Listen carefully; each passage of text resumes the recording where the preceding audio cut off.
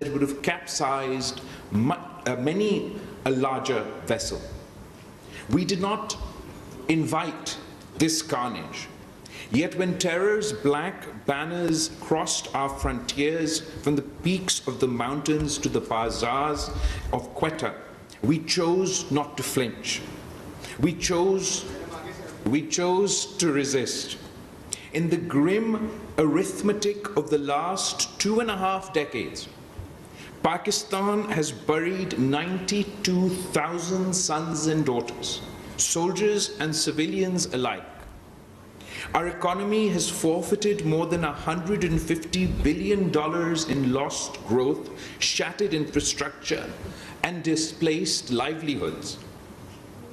And we still fight because the alternative is to surrender, and surrender is not a word in the Pakistani dictionary. Just the year gone by, 2024, was our deadliest year in a decade. At least 685 of our service members embraced martyrdom in 444 separate attacks. 1,612 Pakistanis, teachers, traders, traffic wardens, never came home. These are not mere statistics. They are vacant chairs at breakfast tables, yet each tragedy steals our resolve.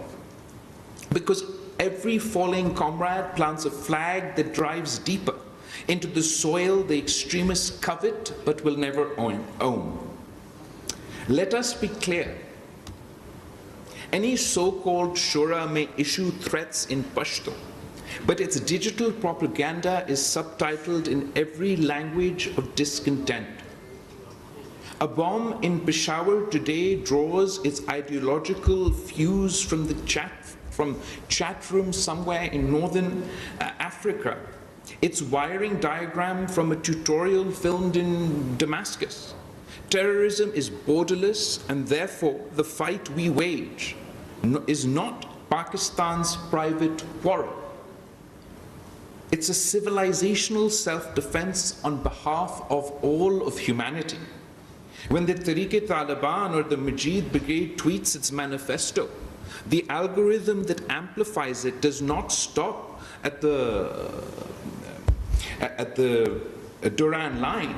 It ricochets through Paris, Perth, and beyond. If we stand down, who will stand up?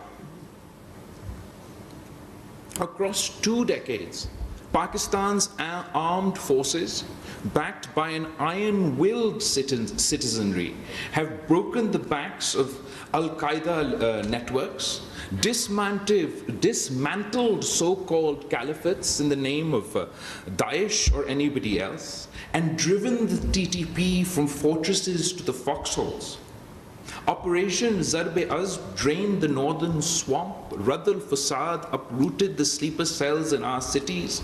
Today's operations in Balochistan and elsewhere sever the nexus between separatism and foreign-funded terror. These campaigns are not video-gamed stories from offshore carriers. They were boots in the dust, medics in the mud, and school teachers reopening classrooms behind the front lines. The world enjoys the light of conferences that debate violent extremism. Pakistan battles these demons daily on the front lines.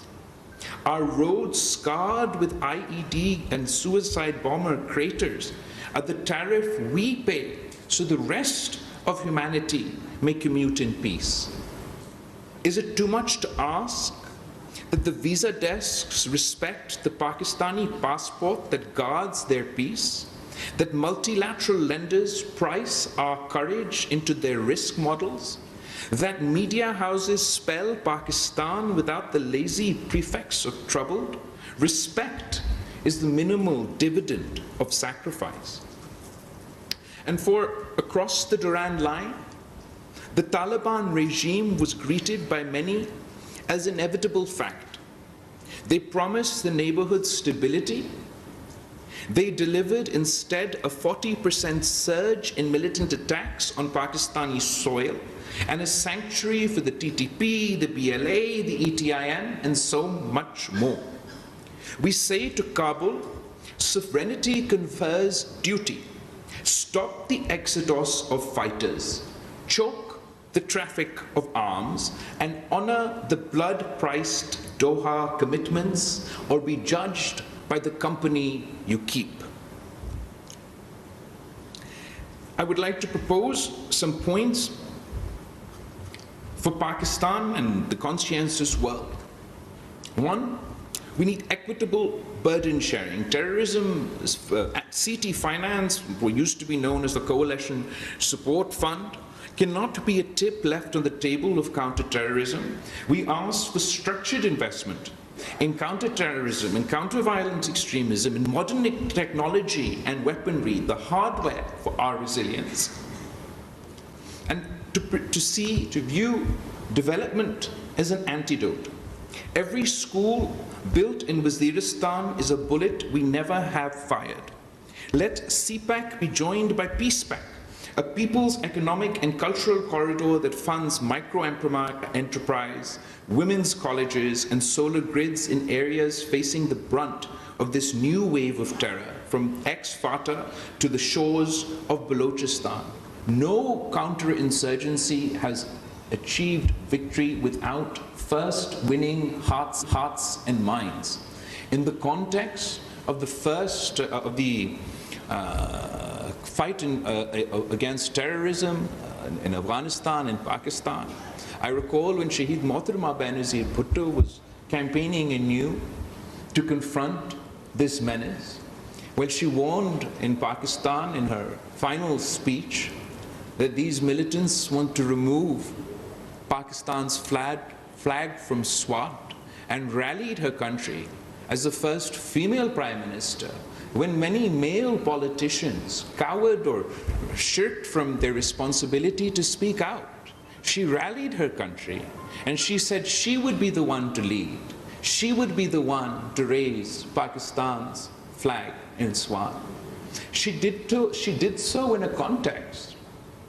And the context was a global understanding about the next phase to combat violent extremism and terrorism within Afghanistan and Pakistan. Of course, it meant joint resolve and kinetic operations that we would ultimately begin in South Waziristan, North Waziristan, etc.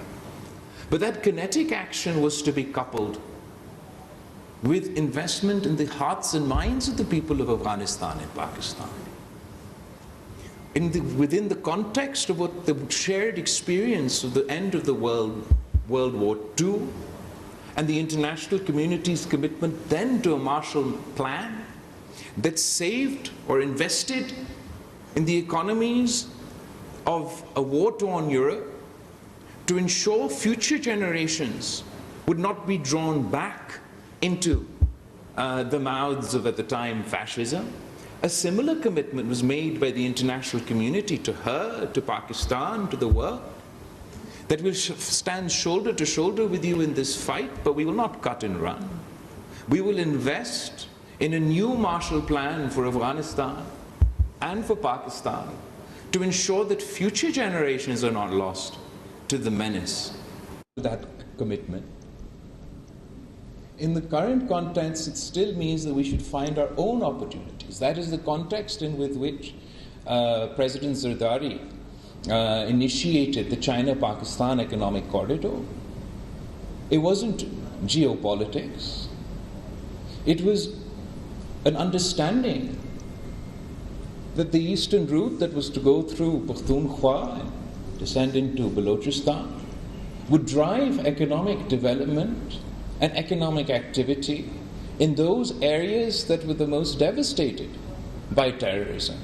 So whether today it is in a multilateral context, so by focusing on our own economic opportunities, we need to provide our people, the people of Pakistan, with hope through economic opportunities so they're not drawn back towards this menace of terrorism. We need to focus on the digital realm, and I've advocated before for a digital Bill of Rights. We absolutely require a digital Bill of Rights for our youth, one that grants them the opportunity to flourish in the digital age, protects their digital fundamental rights, but also acts as a digital iron dome against the proliferation of extremist content online. Algorithms that detect copyright breaches in milliseconds can be trained to throttle extremist content in the same blink. Silicon Valley must police its platforms, or we must legislate teeth into their negligence. On financial support, banks that knowingly clear terror-linked remittance should face the same stigma as those that launder drug money. FATF must evolve from a punitive grey listing to proactive intelligence pooling. And finally, success cannot come with hard power alone. We must display smart power. The combination of hard and soft power shall snuff out violent extremism from its roots so that it may never re-emerge again. On the narrative front, extremism is not an illness just of the Kalashnikov. It is an illness of the textbook, the pulpit, the WhatsApp forward. We shall write a curriculum where Ibn Sina walks beside Iqbal, where the Prophet's Charter of Medina is studied as the first social contract, and where Jinnah's August 11th speech is memorized before breakfast. We shall reclaim the microphone from the priest who preaches division and hand it to the young scientist who codes solutions. For our youth, 64% to 65% of Pakistan is under the age of 30. Terror groups salivate at that statistic. I look at the same number and see a firewall. Give this generation broadband, venture capital, startup opportunities, and no recruiter in the tribal valley will match the romance of discovery we can offer. For our women, the women of Pakistan, are our untapped brigade. No nation can fight half-handed while half its population is sidelined. The daughter of the Indus who pilots the F-16, the widow who runs a microloan cooperative in Swabi, the coder in Karachi who encrypts military comms, they are the insurgents against ignorance. And ignorance is terror's godfather. Some capitals wag their fingers at Pakistan and ask, is Pakistan doing enough? I respond in the idiom of Shaheed Zulfikar Ali Bhutto, we have bled enough to write the preface of peace in our own ink. We will not have that manuscript proofread by those who stayed safe behind oceans and alibis. And a message, a word to the merchants of hate within, to those who romanticize the terror culture from drawing rooms and YouTube channels. Let me be unambiguous. We will repatriate your hashtags to the courts, your bank accounts to the audit ledger, and if necessary, your fantasies to the iron bars of law. There is no constitutional right to weaponize religion.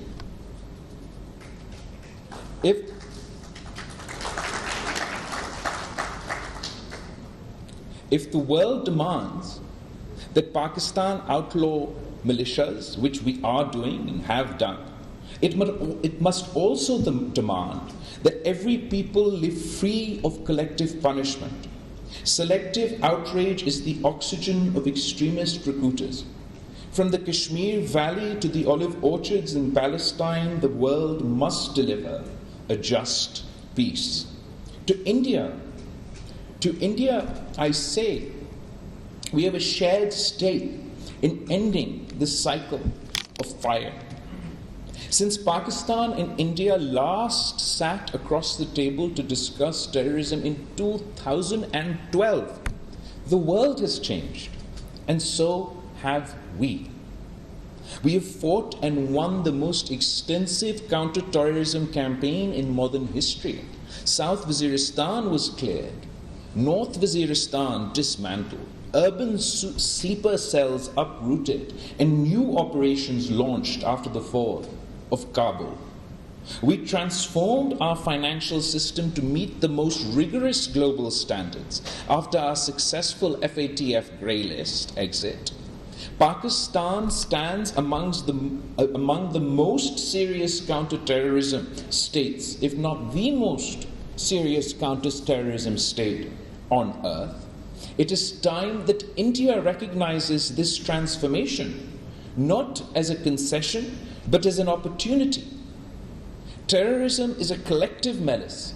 No border fence, no nationalist rhetoric, no regional hegemony can shield one nation from a fire it may have helped light on the other side.